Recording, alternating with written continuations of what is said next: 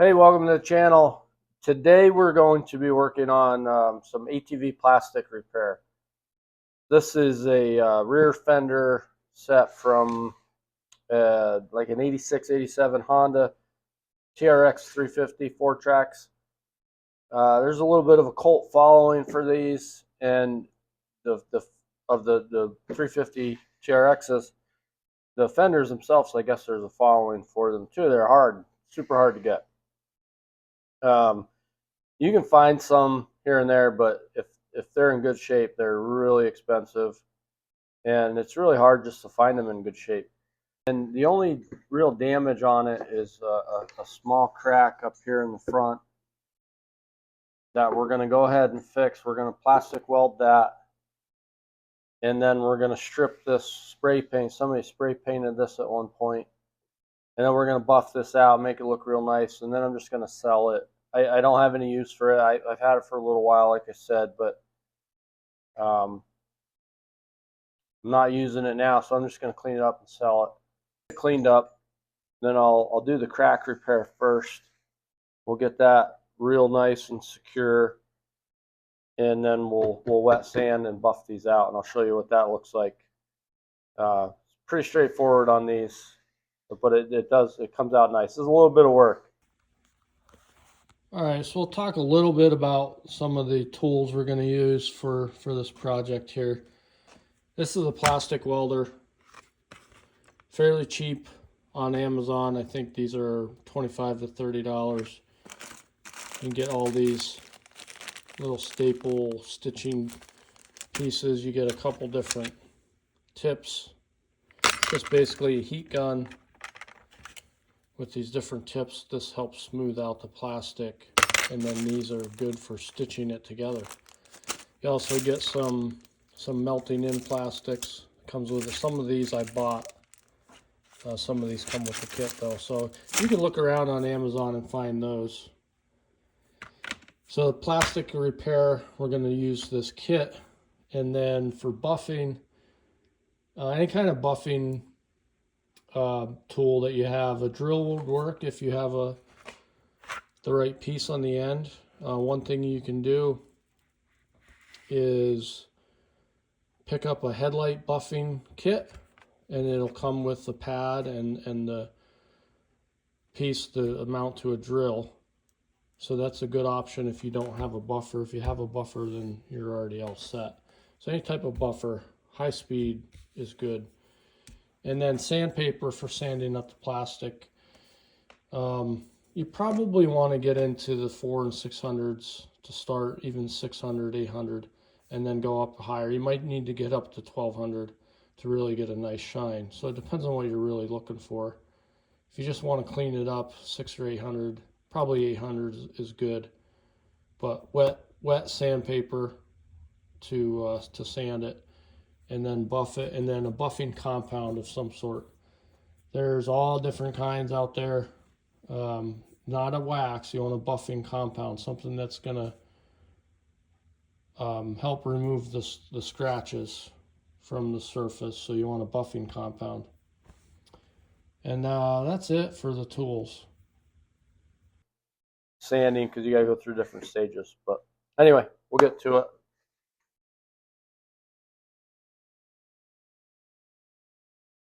So we got our area all cleaned up here. This is the crack. It starts about here and goes up through, and it was completely cracked there. So we're going to work our way up here. We're going to do the underside first. And what we're going to use is, this is a plastic welding gun, cheap one from Amazon. And we're going to use these wire staples to kind of help stitch it together. And they work really well. I've used them before. Prior to this, I would kind of just melt the plastic together and smooth it out as best I could, and it worked okay. But this really helps strengthen it with the staple. It bridges across the crack and helps join the two pieces together like a stitch. And it works pretty good. I actually have another video that I did. I'll put a link down in the description for a plastic repair on a boat. And I don't think I used the staples on that, but I used the smoothing tool. And I'll probably use that on this as well. But we'll get this hot, and then we're going to stitch this in there to kind of join the two pieces together. And then we'll work our way down through. So let's see how it goes here. We'll just put that in place, kind of push it in, let it go, and we'll pull it out. I'm going to hold pressure on this while that's cooling, and then we're going to do another section. Just keep working our way up through. Probably should have gloves on. I don't think I'm going to be able to hold it and do this sucker in there. Come on now. There we go. All right, let me do another one down here.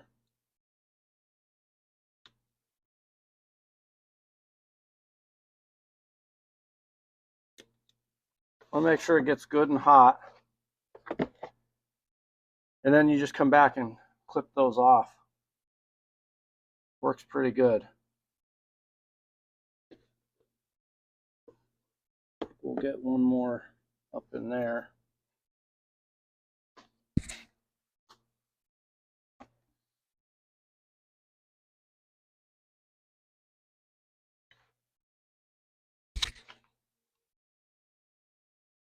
Let me get another staple in here.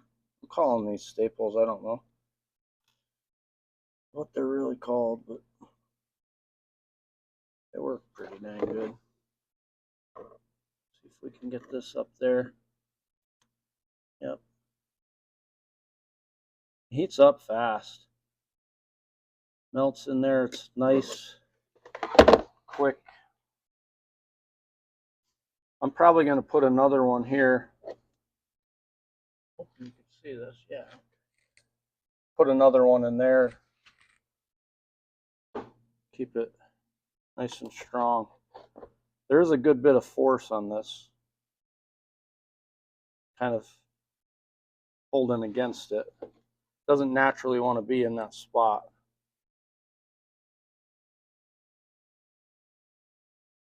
I think once we get this in there, this will help.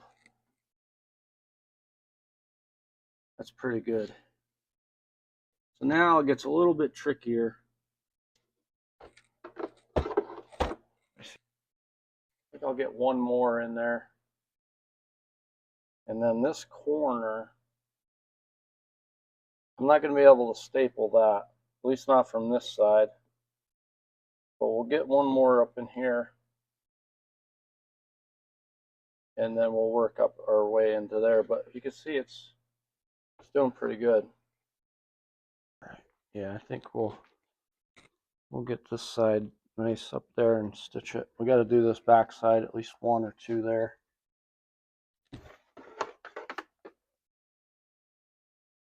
So this is a nice tool for doing this. If you're doing this kind of stuff often with ATVs, really handy to have. Especially the older ATVs. Plastic, just don't think it's the same. Just doesn't hold up as well.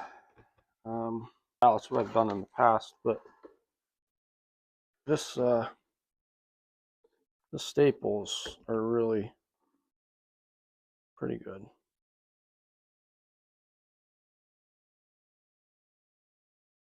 Make sure it gets good and hot. You want it to go in, kind of like a hot knife and butter. Should go in pretty good. Even that, when I cut those off, it's not a terrible repair aesthetically. I mean, especially where this is located. But I'll try to clean it up a little bit better. You can smooth that out. We'll do that once we get this. Put at least 2 or 3 more staples in there. So we're just going to go through this. and we'll get you caught up here once we're in. We'll get this side nice up there and stitch it. We got to do this back side, at least one or two there.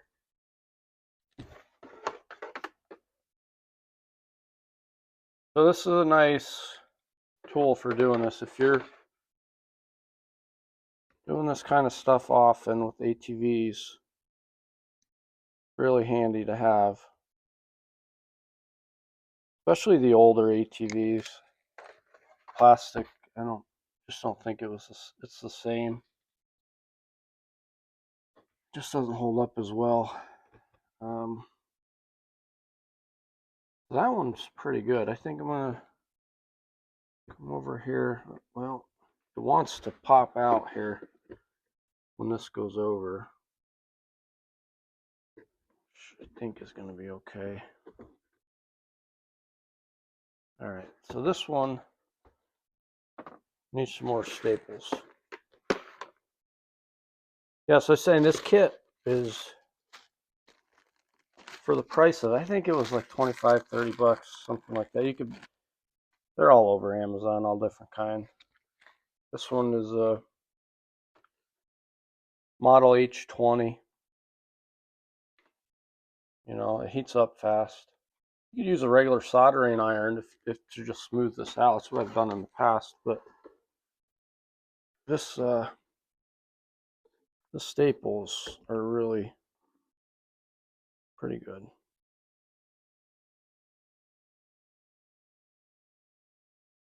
Make sure it gets good and hot. You want it to go in, you know, kind of like a hot knife and butter. Should go in pretty good. Even that, when I cut those off, it's not a terrible repair aesthetically. I mean, especially where this is located. But I'll try to clean it up a little bit better. You can smooth that out. We'll do that once we get this. Put at least 2 or 3 more staples in there. So we're just going to go through this, and we'll get you caught up here once we're into. Okay, so we got our last couple stitches in there. A little bit of a gap. There's really a lot of pressure on this. In hindsight now, I wish I kind of heated this whole area up a little bit just to let it be a little more pliable. It probably would have came together a lot better, but it is what it is right now. I can smooth that out and kind of bridge that gap with some with a smoother. So I'm just going to cut these tabs off now. I'm try to get them as close as I can. You know, I never tried to break these. You probably could snap them, but we'll cut these off, and then we'll work to smooth this out. As we're heating this up again, I think we can push in these small little bit that's going to be sticking out here. We can push it in a little bit as we're heating the plastic around it. If not, you'd want to take some really aggressive sandpaper or something, kind of sand down or file down those ends. I'm holding these tips because these things go flying otherwise. I don't want them laying around for the dog to get one in her foot or something. You can see the tips of those kind of, yeah, if you see those, the tips of these are still sticking out, and they're sharp, very sharp. So I can hit those with, I could probably just touch it with the grinder without, I don't want to hit the plastic too much though. But we'll clean those up, and then we'll smooth out this plastic. We'll cut that backside pieces and then smooth this out, and we'll be good. All right, so what I decided to use is a die grinder with an aggressive disc. to knock those down. And it kind of smooths out the plastic. I think this probably looks worse on the camera than it really is. If you look at some of the factory, to my eye, if I go a little bit with a milder disc, I can smooth this out a little bit. So that's what I think I'm going to do. This works pretty good. It's aggressive enough to hit the metal down, and then it takes some of the plastic out too. Just go over that. And then I can put on, I think, a medium disc. I don't know what this blue. Let me go with the blue.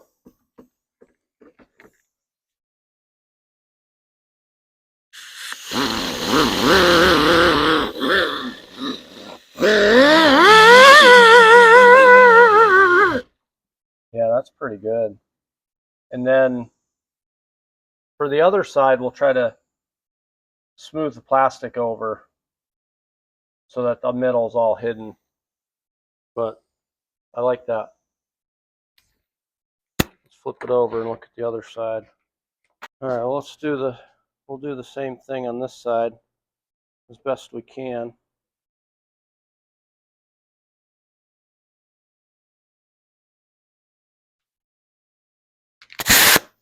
Really, the only downfall of these pieces, I think, is leaving the metal piece up there.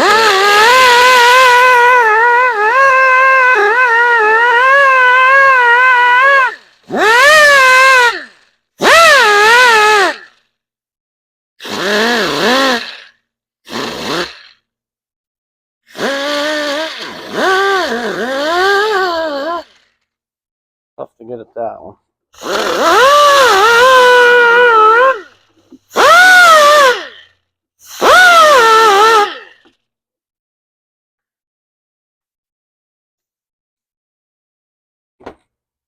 All right, we'll just have to see if we can get something else on those. Maybe I'll smooth them out. Let's try that. Let's try to smooth it out. But the strength is there. I think we're good on that.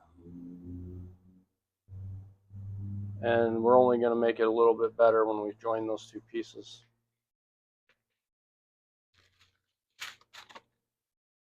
So this is our smoothing tip. I think I'm actually going to use this one since it's new. And this just slides over top of that.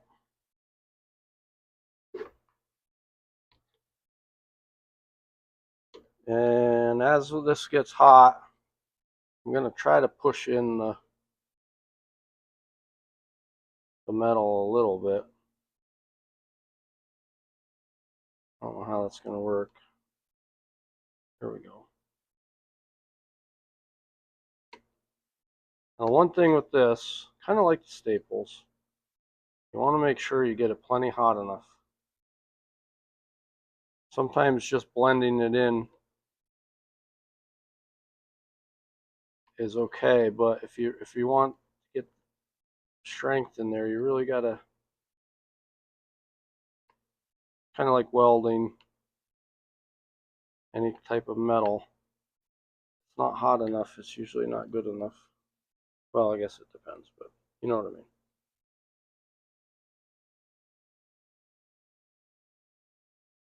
So the idea with this is just to smooth it out, and then we'll sand it a little smoother, and it helps to blend it in.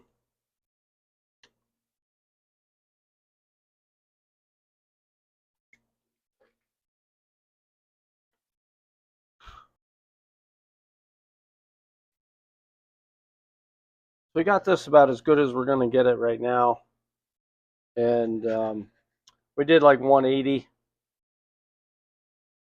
or no, 120 and then 220. Now I got 320, and it's not perfect, but it's getting much better. And then as we sand the rest of this, we're probably going to start with 320 on the body, go up to 600 or so. Well, we might hit 400 in there, and then 600, 800, probably 12, maybe even 1500. We're wet sanding this and then buff it. See how that does. But while we're doing that, we're going to hit this as well. This is under the seat, so I'm not too concerned about it, but I want it to look decent.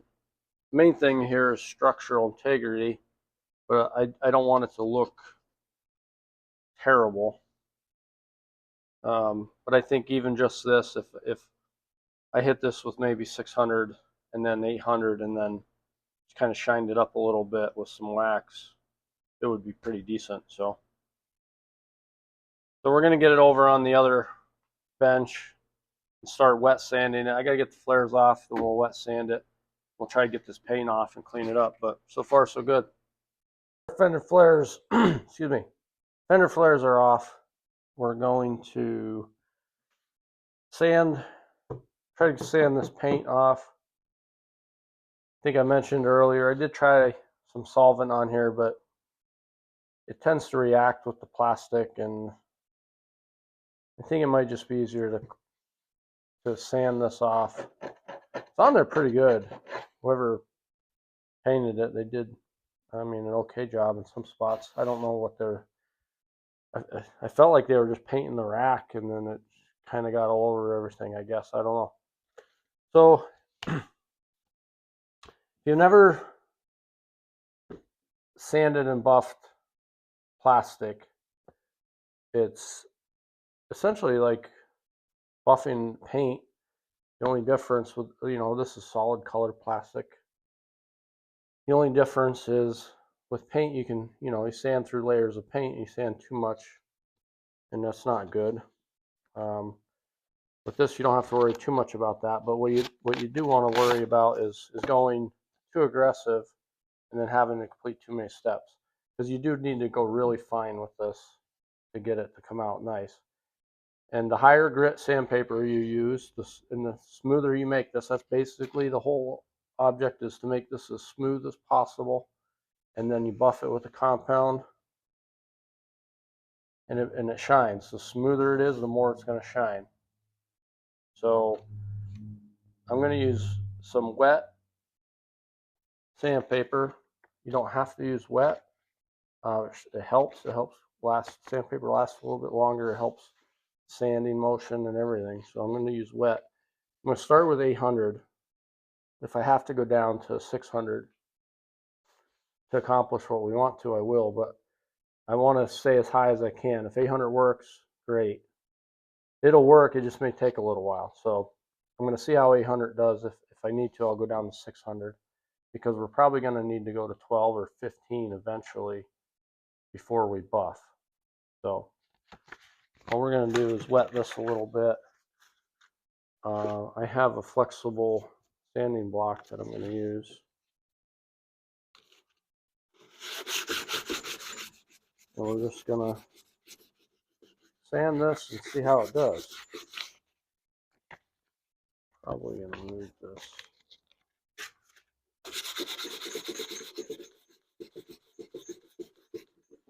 And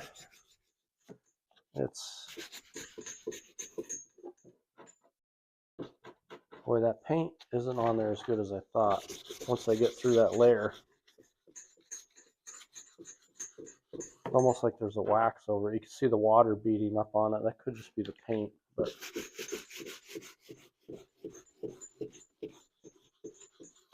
this is working, but not great. So let's see what we got here for 600.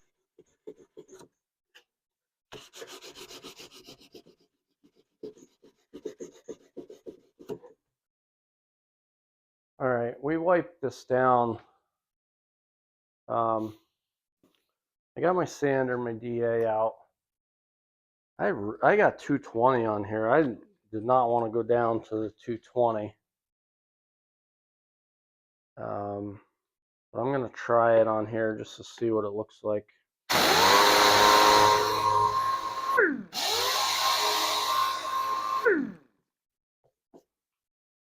it's going to take it off. But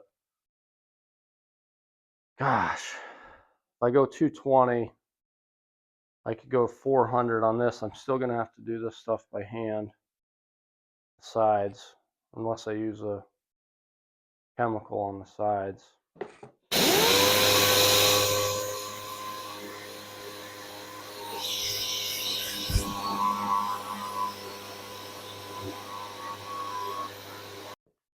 So as I'm sanding this with the DA, in my mind I realize that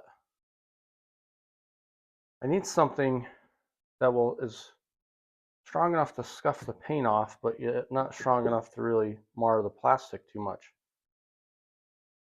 You know, and if you think of a sheet of 80 grit sandpaper, right, that would naturally do that. It would rip the paint right off, but it would also scratch the plastic, really gouge it, because it's hard. And a scuff pad, I'm like, oh, a scuff pad would work great. So sure enough, the scuff pad is working really good. Now this is going to scratch the plastic, but it's not going to put gouges in it like the sandpaper will. This is really ideal for this. You can see it's taking it off better than the sandpaper was. Oh yeah, see, this is nice. So unfortunately I did a good portion of it with sandpaper, but I can easily fix that, and I can DA those spots too, so it'll go fairly quick. But I think this is a much better option. That'll get us close, and then I think we'll clean it up with a little bit of, we'll use some kind of chemical solvent in there, lacquer thinner or reducer or something, to get those spots. And we'll see how we make out with this. All right, so we got a picture here of the finished product before I did any buffing. This is sanded, all ready to buff out after I clean it up. So what I ended up doing was using a sanding disc on this, on my sander. I went down to 320 grit, went up to 400, and then around 600, 800. And it worked out pretty good. I ended up using a scuff pad too, and especially on the contoured areas and stuff, and that worked really good. In hindsight, I wish I had used that from the beginning to get the paint off. But if you're just sanding, you don't have to worry about the paint. You can probably start off with a 600 or an 800 and go from there. So this turned out pretty good so far. I mean, it's not great, but it's way better than it was. All right, so we're getting ready to buff this out. This compound I'm using right here, this is a Meguiar's buffing compound. It's their most aggressive. I think it's a 1. It has a scale of 1 through 10, and 1 being the most aggressive cut.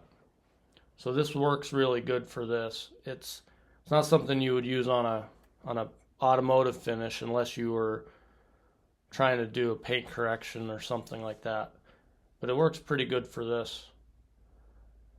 I'm using a little small handheld 3-inch buffing pad on a this is a Ryobi. It's a sander buffer, or sander polisher they call it.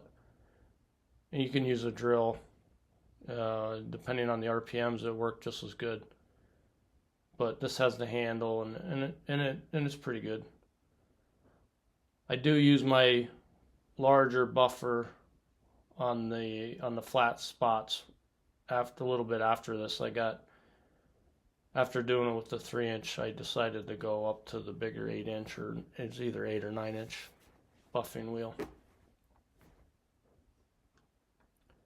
So we're just going to do the whole fender with this, wipe it off, probably have to go over it at least one more time, maybe 2 more times, and then make sure it doesn't really die back. Sometimes when you're buffing plastic like this, or even automotive things, you can get a little dieback after a while. And I've noticed that happens a lot with plastic. So I'll probably get it to where I think it's good and then let it sit for a night or two and then go back and see if it needs another hit.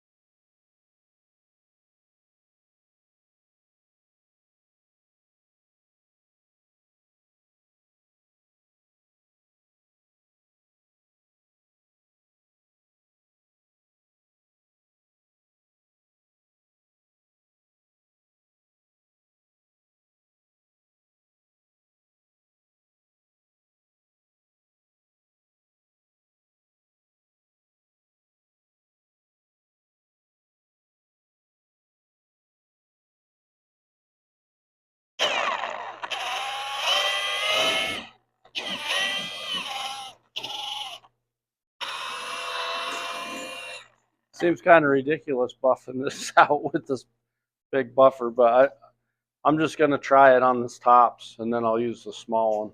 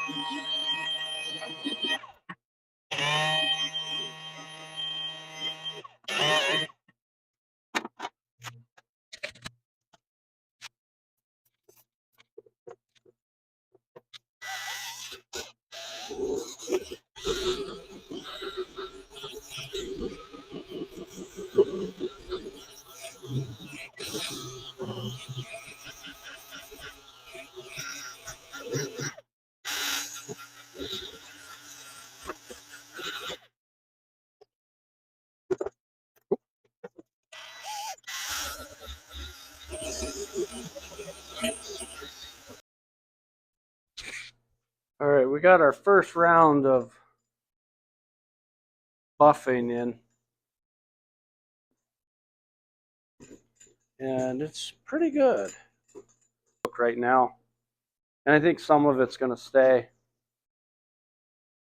but some of it's going to die back a little bit, especially if I didn't sand it well enough in a spot, or buff it enough in a spot. It's gonna die back. I could tell this spot's gonna die back here. I over sanded this with one of the lower grits, I think, and didn't go over it with the higher grits enough. There's still going to be some sand scratches there.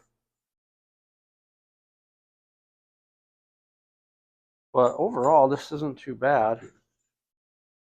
I have a foam pad and a wool pad. I don't know right now where I put the wool pad. The wool is a little more aggressive. So I think I'll use that on a couple of these spots if I see them starting to die back. I might let it go for tonight and come back and do it again tomorrow.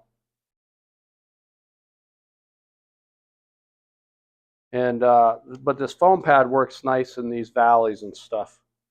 But the wool definitely cuts faster. And then I also could use the bigger wheel on some of these spots, but overall not too bad. And I think if you don't have a buffer, you can get some sandpaper or get one of those headlight kits, and you get everything you need to do something like this. And then just get some rubbing compound. You could probably use what they give you. They say it's for clear plastic. I don't know that there's any difference. It's probably just regular rubbing compound. But that's what I would recommend. If you don't have a buffer and you buy a headlight kit, you get everything you need. It goes right on your drill. This is a buffer, but it would be the same. This piece screws on. This has a screw-on arbor. But what comes in the kit is just for a drill, and you can do something like this, and you can get really good results. This isn't a great option or a great example to show how good of a result you can get. But with a little bit of sanding and buffing, you could get you can get them looking new again for sure. Now these are old. These are from 1987. They got all this hazing or checking, crazing, I guess, not hazing, crazing or checking. And you know, without spending 5 or 6 hours on them, this is as good as I'm going to get them. And honestly, they look way better than what most of these are out there. So this isn't too bad. So yeah, we'll do one more pass on this. I think you're definitely gonna have some spots I got to hit again. Then we'll get the flares back on it, and I'll show you an after picture, and we'll call that a day. So here they are, all finished up. I got the flares back on. They look pretty good. You know, I'm happy with them. They didn't turn out quite as good as I wanted initially, but once I got to see the kind of the underlying condition of them, this is about as good as I could get, really, without spending a lot of time. So hopefully you enjoyed the video. Please consider subscribing if you haven't already, and thanks for watching.